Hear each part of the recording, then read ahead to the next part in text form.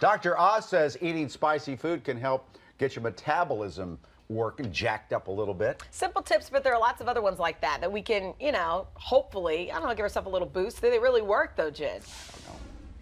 First of all, I tried to bean Steve in the head, but he has the athletic prowess. He got out of my way. Yeah. Good morning to you, Dr. Jen. Good morning. Okay, so you know this. We've had people that have been sending in their questions. And first of all, I want to get to one that came in on Twitter. This is from Ellie. Okay. She says, does toothpaste help a small burn? It's a great question, and actually my medical students are helping me with some of these questions. Are here today. We've been talking about this. We know it's a myth. It's definitely a myth. No, and the reason why you don't want to use toothpaste on a burn is, number one, it can introduce bacteria into the wound site. You do not want a burn to get infected, and you want to be careful about that. The second thing is that toothpaste can cause almost an additional burn, almost like a mechanical burn, because it can be abrasive. So you want to hold off on that kind of stuff. If you got a burn, you really want to use local burn care. See your doctor and make sure you're using the right stuff. Okay, and again, I have volunteered to be a medical student, and Dr. Jen has says, we're good. We have actual medical students. Okay, here is the question, and I was really surprised by the answer to this.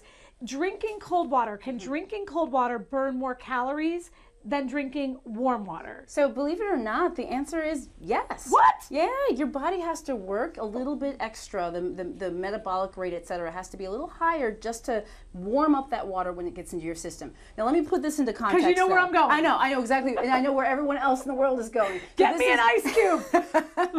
So this is not license or suggestion to go out and drink a whole bunch of cool water, because remember, the amount of calories you're going to burn by increasing that temperature of the water is so negligible. We're talking very, very small amounts, okay? This is called... Is it a donut?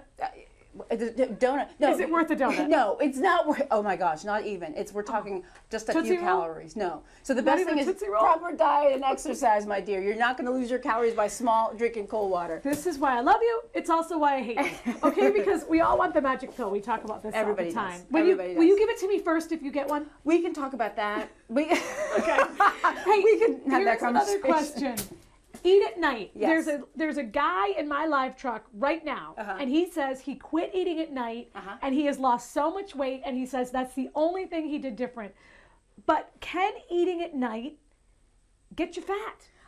So that's a myth. That eating at night is not necessarily going to make you any fatter than eating at any other time of day. Remember, your body doesn't really care. A calorie is a calorie is a calorie. If you're eating them at night, it's still the same as if you're eating them in the morning. What happens sometimes when we munch and eat at night is that we've often already eaten dinner, and then we're sitting on the couch watching TV and then munching and eating extra calories. So the time of day doesn't matter so much as how many calories you're actually taking in over the course of the day. So sorry, really watch the calories, the number. So probably if people think that they've stopped eating at night and lost weight, it's because they're thinking about what they're doing and they're just eating less in general. They're just eating, they're cutting back on the snacks. They're not sitting on the couch eating popcorn and lots of candy and stuff like that, okay? Okay. Calories in versus calories out. Mike Jarrett, I was going to get to this, but they're wrapping me. I have to say, I'm very frustrated by you. 19,000 medical students are researching this mucus thing with the dairy. I'm kidding. There's only 4 of them, but all 4 of them are researching this.